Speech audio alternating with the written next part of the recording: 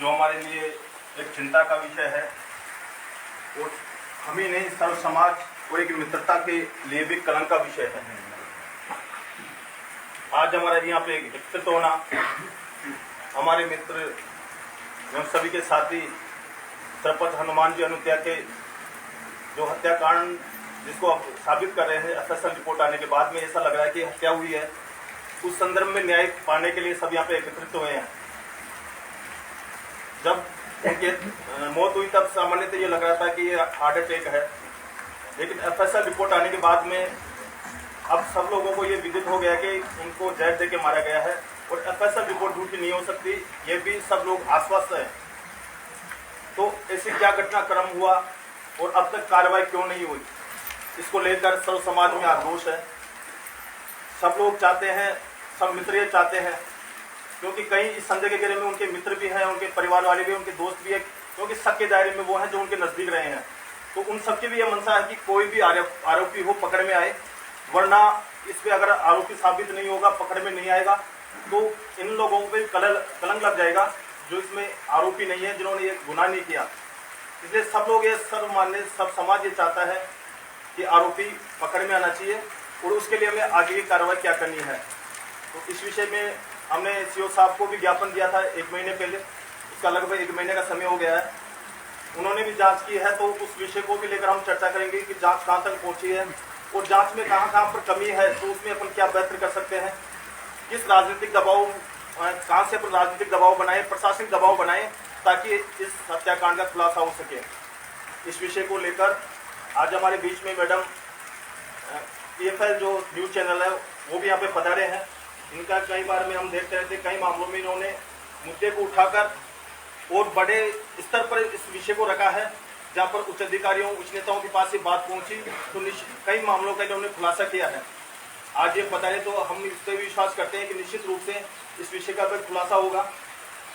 मैं आप सबको बता देना चाहता हूँ कि कोई भी ऐसा व्यक्ति नहीं है जो ये कहे कि इसका खुलासा नहीं होना चाहिए, क्योंकि सबसे लोग ये चाहते हैं, जिन पे आरोप लग रहे हैं वो भी चाहते हैं, जिन पे नहीं लग रहे वो भी चाहते हैं, रिश्तेदार भी चाहते हैं, सर्व समाज के लोग चाहते हैं, क्योंकि ये एक हनुमान की हत्या का मामला नहीं है, एक दूसरे के विश्वास से जुड़ा हुआ मामला भी है, क्योंकि ये घटना ऐसी हुई है जहाँ पर एक दूसरे से विश्वास भी एक दूसरे से डगमगा रहा है।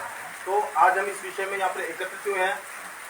हनुमान के परिवार से उनके भाई हैं, पिताजी हैं, मिसेज हैं, तो ये भी कई विषयों में लेकर आपसे अपना अनुभव जो अब तक जो उनके बीच में राजनीतिक रूप से उन्होंने क्या प्रयास किया वो भी आपके बीच में रखेंगे। और किसी के बीच में कई मतभेद हो, मन में ऐसा सवाल हो सकता है कि इनका परिवार काम नहीं कर रहा या कोई सामाजिक स्तर पर सर्व समाज के लोग काम नहीं कर रहे, तो इसके विषय में एक दूसरे से डिस्कस कर सकते हैं, क्योंकि ये ऐसा मुद्दा है जिसमें सब इसका समाधान चाहते हैं कि हत्याकांड किस कारण हुआ, इसके बारे में जानकारी चाहते हैं।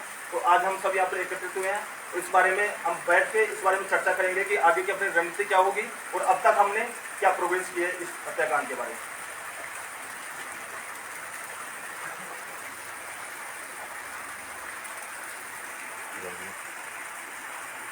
बताओ क्या हुआ, एक बार ये बता प्रोग्रेस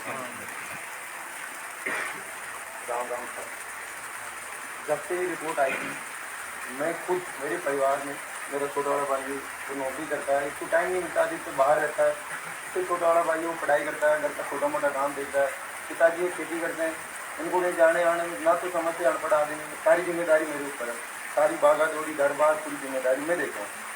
जिस दिन हमने ज्ञापन दिया था उस दिन जो डिप्टी साहब है उन्होंने हमारे को टाइम दिया था कि हम 7 दिन में जांच में कुछ न कुछ क्लू सामने ला के हम रख देंगे। ठीक, हमारे को 7 दिन का विश्वास था। उसके बाद में भी मैं, जैसे मुरली जी भाई साहब है, नरेश भाई साहब है, चिलाज जी है, और भी कई लोग जिनसे मैं जुड़ा हुआ था, उनसे मैं संपर्क बना रहा था, डेली डिप्टी साहब के पास आना। अब तक कम से कम जितने भी दिन हुए उनसे मैं कम से कम 10 से 15 बार डिप्टी साहब से मिल चुका हूँ। फ़ोन पे बात हुई है, यहाँ स्पेशल मिलने भी आया हूँ मैं, मेरी भाभी जी के सरपंच है, इनको भी लेके आया हूँ यहाँ पे।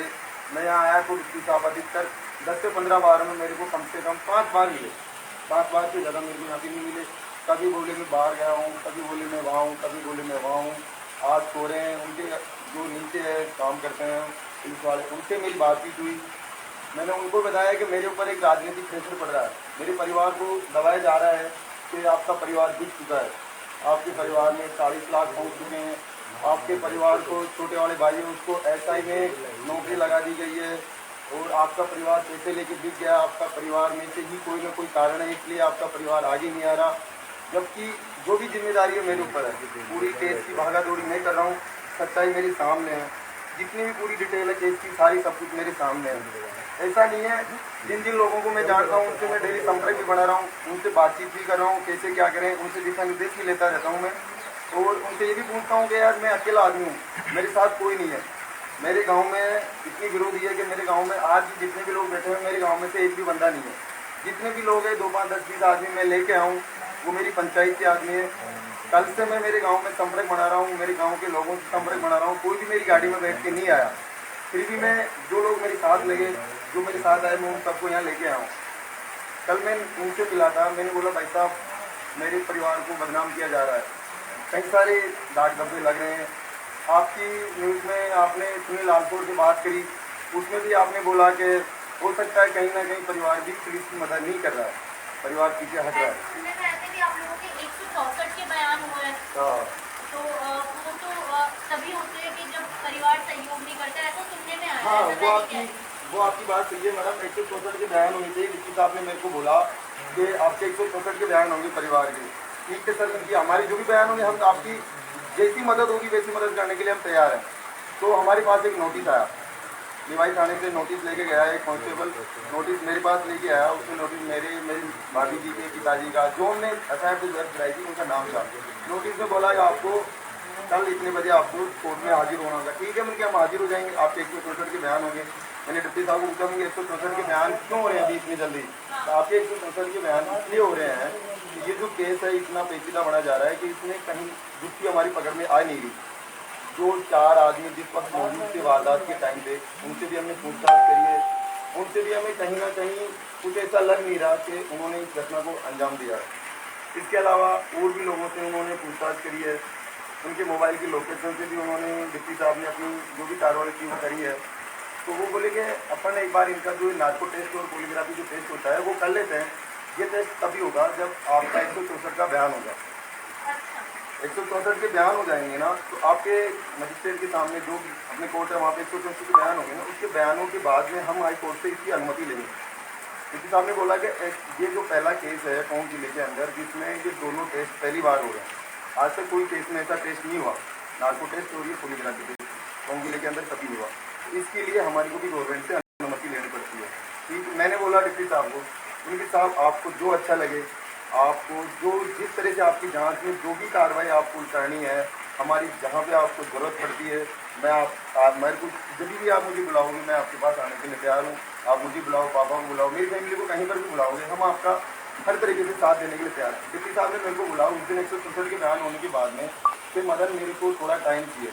ऐसा नहीं है कि ये केस वो तो नहीं है कि मुझे मेरे सामने मैं पकड़ के लाके आपको सुन रहा हूँ। इसमें ऐसा मामला है, डिप्टी साहब ने वैसे बोला है कि ये एक बहुत बड़ी मास्टरमाइंड प्लानिंग की गई है, जो घटना को अंजाम दिया गया है बहुत बड़ी मास्टरमाइंड प्लानिंग से किया गया है, तो इसमें मुझे बहुत बारीकी से जांच करनी पड़ेगी।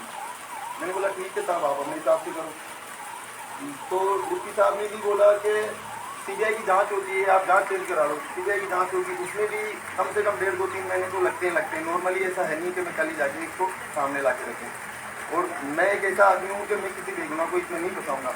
मैंने डिप्टी साहब को बोला कि साथ बेगुनाह को तो हम भी नहीं फंसाना चाहते, क्योंकि ऐसा नहीं है कि कभी कभार ऐसा हो जाता है कई केसों के अंदर कि गुनाहगार तो बाहर घूमता रहता है और बेगुनाह बेचारा 4-5 साल की सजा काट के बाहर आ जाता है, और ये सबके सामने घटना है, कई सारी हो जाते हैं। तो आपको जो निष्पक्ष जांच लगे वो जांच करो। अभी मैंने कल डिप्टी साहब को मैंने बोल दिया था कि सब मैं मेरे परिवार की तरफ से और भी जो लोग हैं समाज के सब बंधुओं से मैं मिल रहा हूँ, बातचीत भी करी है मैंने उनसे, हम कल मीटिंग रखते हैं, आपको आना पड़ेगा। मैं आपसे कितनी बार मिला, मैं आपका कहाँ सपोर्ट नहीं कर रहा भाई, मैं आपका पुलिस प्रशासन का कहाँ पे साथ नहीं दे रहा। आप जहाँ मुझे बुला रहे हो वहाँ मैं नहीं आ रहा, या मेरा परिवार आपको किसी चीज़ के लिए मना कर रहा है, या जो 4 आदमी जहाँ पे वारदात मौजूद थे हम उनका कुछ पक्ष ले रहे हैं। मैंने इतना बोला उनको कि हमारी नज़र में हमारे को इनके ऊपर कोई शक नहीं है, किसी के ऊपर कोई शक नहीं है, क्योंकि अधिकतर वो बंदा बाहर रहता था, मैं तो फिर भी उसके नज़दीक था, साथ पढ़ा, साथ रहा, उसका सारों कारोबार में देखता था। तो मुझे तो अधिकतर 50% लोगों को मैं जानता था, उसकी इतनी याद उसका, पर मैं भी नहीं जानता था कि उसने इतना बड़ा उसका व्यवहार बना रखा है। मेरे पापा जी से मुश्किल से वो 10 मिनट बात करता था।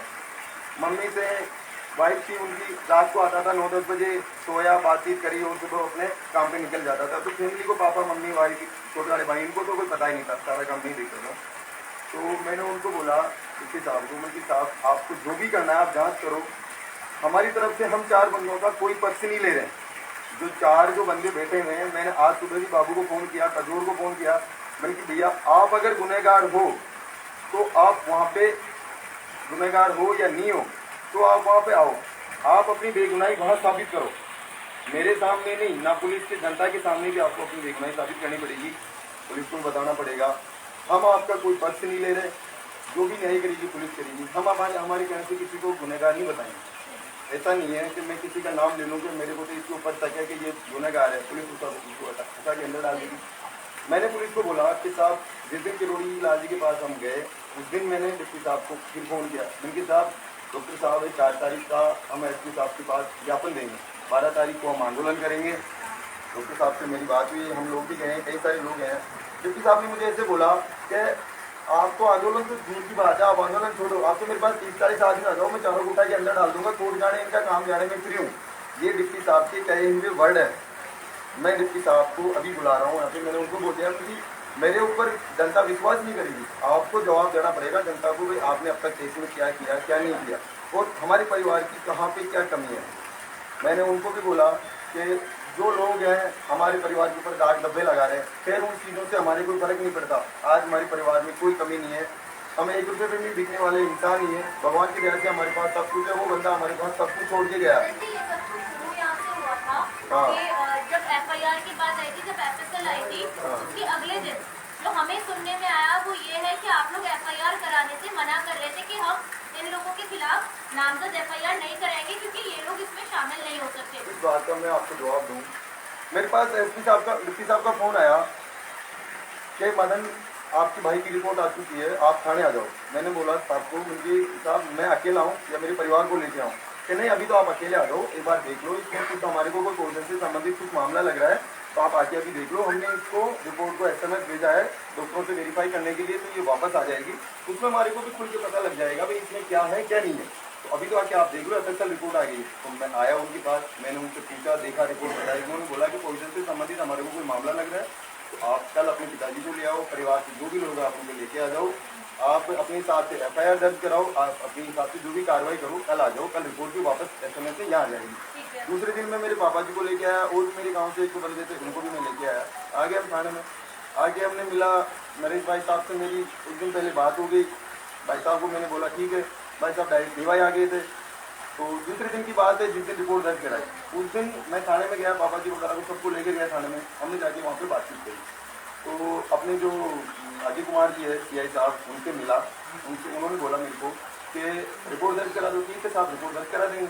मैं बाहर रिपोर्ट दर्ज कराने चला गया, मैं वहाँ पे टाइप करा रहा था रिपोर्ट। मैं मैडम जो भी बात होगी सत्य बताऊँगा सब लोगों के सामने, क्योंकि मुझे किसी का कोई, मैं गलत नहीं हूँ, मेरा परिवार एक मजबूर है, क्योंकि हमने एक इंसान को खोया है और हमारी जो पेट की जड़ को खोया है, पेट तो अपने आप सूख जाएगा, तो हम तो वैसे ही मजबूर है। मैं वहाँ पे रिपोर्ट दर्ज कराने गया तो मेरे गांव से था एक बंदा रामू मीणा, मैं सत्य बता रहा हूँ। रामू मीणा ने मेरे को आके पूछा कि मदन रिपोर्ट दर्ज करा रहा है? हाँ भाई साहब रिपोर्ट दर्ज करा रहा हूँ। नाम किसका लिखा रहा है? मैंने कहा भाई साहब किसका नाम लिखाऊँ? मैं सत्य बता रहा हूँ, किसका नाम लिखाऊँ? कि यार बाबू का नाम लिखा ना, कजोड़ का नाम लिखा ना। मैंने कहा भाई साहब मुझे उनके ऊपर अगर शक होता तो 8 महीने पहले रिपोर्ट दर्ज करा देता, अगर मुझे पता होता तो। FSL रिपोर्ट आई है, उसमें पॉइजन आया है, तो अपन तो FSL बेस पे जांच करवा रहे हैं ना। तो रिपोर्ट तो वारदात तो 8 महीने पहले हो गई था, हमारे को फैमिली को पता ही नहीं था। पोस्टमार्टम में हार्ट अटैक आया तो हम तो ये सोच रहे ठीक है, हार्ट अटैक में अपना आदमी हार्ट अटैक में गया। रिपोर्ट के अंदर जब FSL रिपोर्ट में पॉइजन आया है तो अपन इस रिपोर्ट को FSL बेस पे करवाने की रिपोर्ट अपन दर्ज करा रहे हैं। और मैं मेरे बयान जो मेरे को सूचना मिली कि अनुमान कहाँ था, क्या खाया क्या नहीं खाया, ये चीज़ तो ये बंदे मेरे को ऑलरेडी बता रहे हैं। तो मेरे बयान तो FIR में मैं लिखा ही रहा हूँ ना, मेरे बयान लिखा रहा हूँ। लास्ट में मैंने बोला कि मैं पूरे बयान लिखा के मैं जब इसमें लिखा रहा हूँ भाई चारों आदमियों से पूछताछ करके आप FSL बेस पे जांच करो कि नहीं तू इसमें नाम लिखा बाबू भाई का,